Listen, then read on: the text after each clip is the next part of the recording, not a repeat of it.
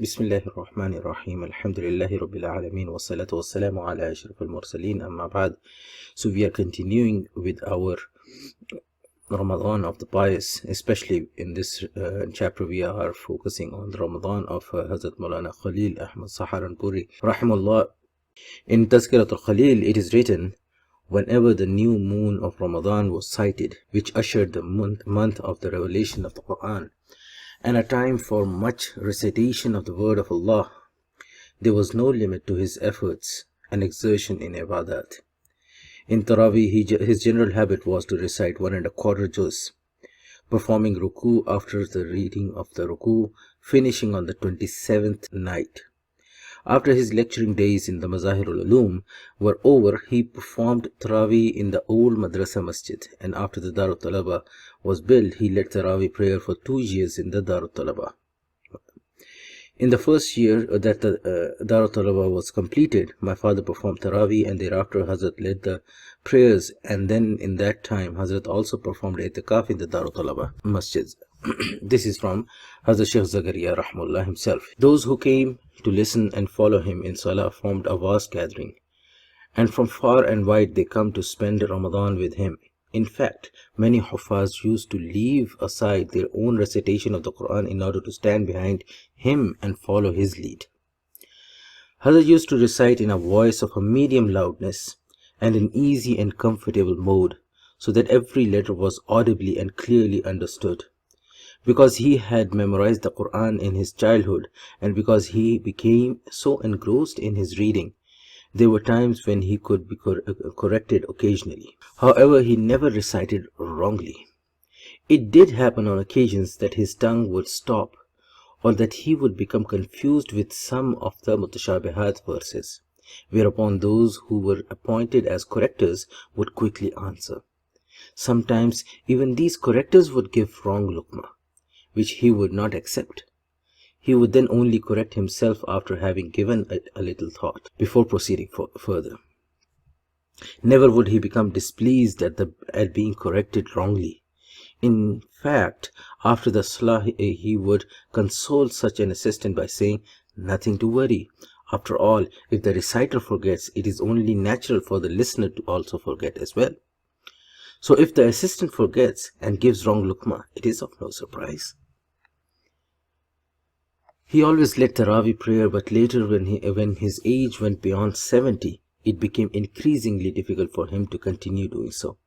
He used to say, "When I go into ruku, the thought comes into my mind that perhaps I will not be able to rise up again for the second rakah. Then I take courage, and with difficulty I come up. In this manner I finally complete 20 rakat, fearing in every rakah that I may collapse and fall down, and feeling ill all the time that rising from the sujood to the standing position is tantamount to climbing a mountain." In this way 2 years passed, with Hazrat not losing courage. Eventually, when his strength finally failed him, he stopped leading the Taraweeh from the mihrab. Thereafter he replaced it with listening to the readings of the other and increased his own recitation of the Quran. During the holy month, he then used to recite from after Ishraq until 11 o'clock. Again mentioned in Tazkiratul Khalil, whatever Maulana Mirthi had written there was the situation prior to the writing of the Bazl al-Majhud. After Zuhr Salah, Hazrat had the habit of reciting 1 juz daily to Hafiz Muhammad Hussain Sahab, who came all the way from Ujrara annually. From Asr till Iftar, Hazrat remained in the Madrasa Qadim with his attendants and visitors, generally in silence. For 2 years I also saw him making daur with my late father after the Asr. In Itikaf of the last 10 days of Ramadan, my late father used to recite 3 juz daily in the Tahajjud Salah. Then also Hazrat recited 1¼ juz daily in his Nafal Salah after Maghrib. From 1345 Hijri onward, I used to listen to these 1¼ juz, which was to be recited after Maghrib. With me were Maulana Al-Haj Shah Abdul Qadir Raipuri rahimahullah, Maulana Al-Haj Sayyid Ahmad Sahib rahimahullah, the brother of the Shaykh al-Islam Maulana Madni rahimahullah, as we followed him in Salah. At that time, Hazrat Raipuri was not feeling too well, with the result that he used to sit down and perform his salah behind Hazrat. Hazrat, however, in spite of his weakness and advanced age, remained standing. Because of his strong bond of friendship with some brothers from Meerut, vis-a-vis the late Hafiz Fasiuddin, Haji Wajiuddin, and Sheikh Rashid Ahmad, Hazrat used to attend the function on the completion of their children's recitation of the Khatam of the Quran in Meerut. These gentlemen fixed the Khatam of the Quran for the evening of the 20th of Ramadan because Hazrat's going into I'tikaf. Hazrat usually left on the morning of the 19th and returned on the morning of the 20th. His manner of participating in the Khatam was such that he performed Isha Salah in the masjid, after which he was then taken to perform Tarawih behind the Imam there. Then after Witr, he returned to the masjid for the children's Khatam. Usually there was quite a delay on the eve of the Khatam, and they used to wait Hazrat's return to the mosque for the last 4 rakats.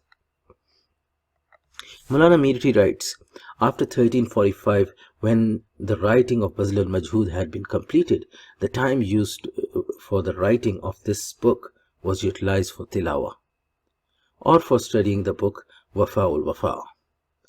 After Zuhur, it was the practice for the women in the house to recite the Holy Quran to my late mother.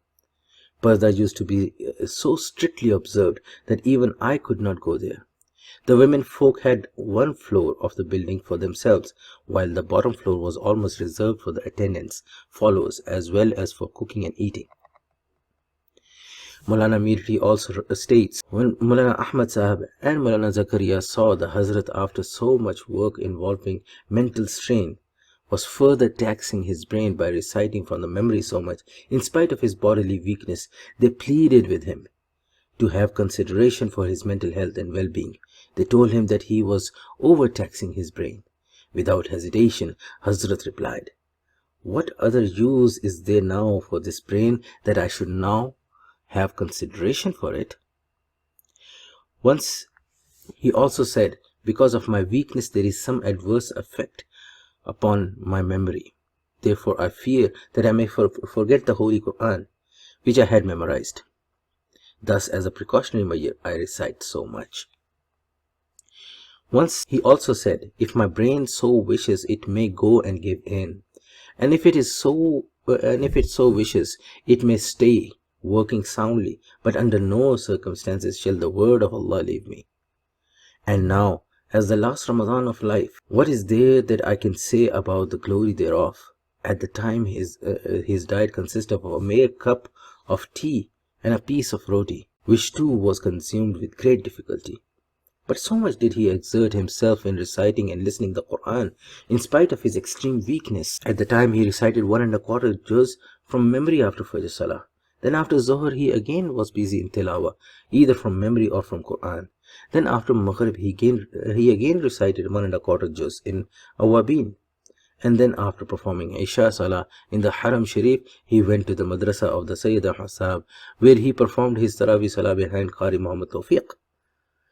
This Qari Sahib was at the time a teacher of Tajweed in Medina and recited 2 juz daily in slow and easy fashion. In this way, the Tarawih would finish about 5 o'clock in the Saudi Arabian time, which corresponds with our time of about 12:15. Thereafter, at about 6 o'clock Medina time, he settled down to rest for the night. Mufti Zakariya had been given the order to wake him up at 8 o'clock. Mufti Sahib explains, throughout Ramadan, it only happened once or twice that on waking up that he was not already awake.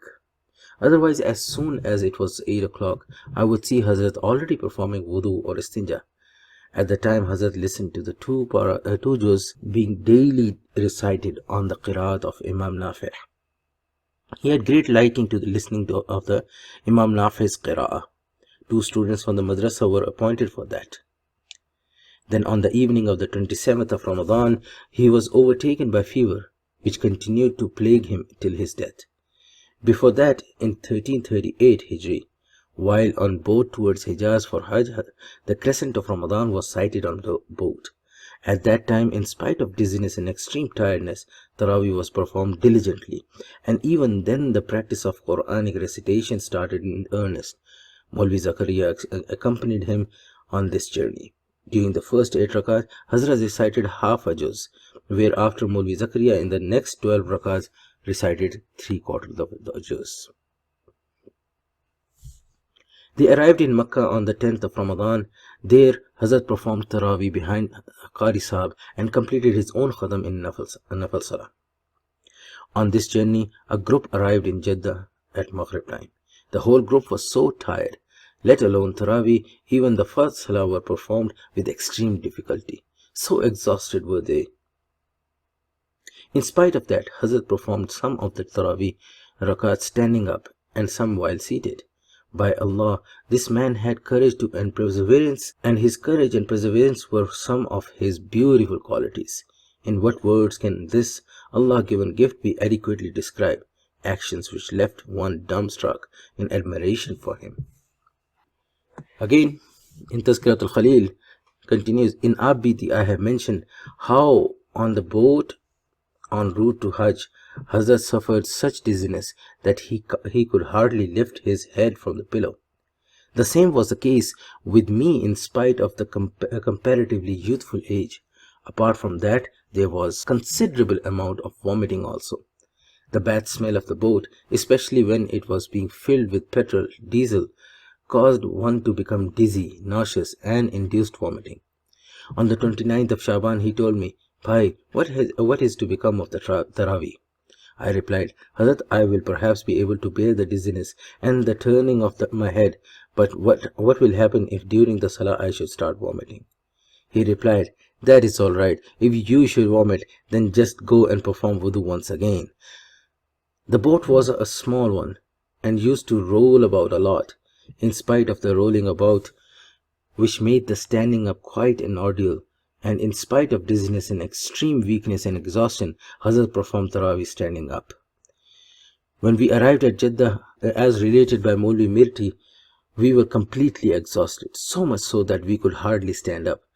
Haji Maqbul Ahmad Sahib, rahimahullah, said to me in a very angry voice, "Do not allow this venerable old man to stand up in Tarawih Salah. Think about his weakness and have consideration for his welfare." I honestly feared what Haji Sahib would do to me if I should go against his order. He used to eat with Hazrat and me. I was thus in quite a dilemma. He wanted me to tell Hazrat that I had no strength left in me for Tarawih. This I could not do, and I did not want to antagonize Haji Sahib and further rouse his anger. But then Hazrat himself asked, "And now, Bhai Zakariya, what is your opinion about Tarawih?"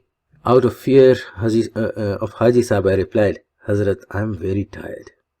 The Tarawih commenced, and my shame and sorrow knew no bounds. When I saw how Hazrat performed the whole Tarawih with so much ease and comfort, I glanced in his direction time and again to see if he was still all right, and felt exceedingly sorry for myself for having answered him in the way that I did. Time and again, I wanted to explain to him that I merely pretended to be exhausted out of the fear of Haji Sahib, but fear of Haji Sahib withheld me. I can still remember quite vividly that twice or thrice I drew near to him with the intention of explaining to him that it was out of consideration for his own weakness and exhaustion that I had tried to excuse myself, but I feared Haji Sahib. I feared that he would be displeased with me. However, the sorrow is with me to this day. From here on, Hazrat Sheikh Zakariya is going to discuss the Ramadan of Hazrat Maulana Rashid Ahmad Gangohi Sahib rahimahullah alayh. Inshallah, let us stop here and then we will continue with the next section of it. Jazakallah khairan. Wassalamu alaikum wa rahmatullahi wa barakatuh. Jazakallah khairan for watching or listening to this discourse. Show your appreciation by liking this video to help us bring similar content for you. Also subscribe to the channel if you haven't done so. Clicking the bell icon will notify you of the new discourses which will be uploaded on a regular basis. Most of all, please give us your feedback and du'as in the comments. Please note that we do not use ad revenue or AdSense on YouTube, so check out the campaign link in the description. Jazakallah khairan.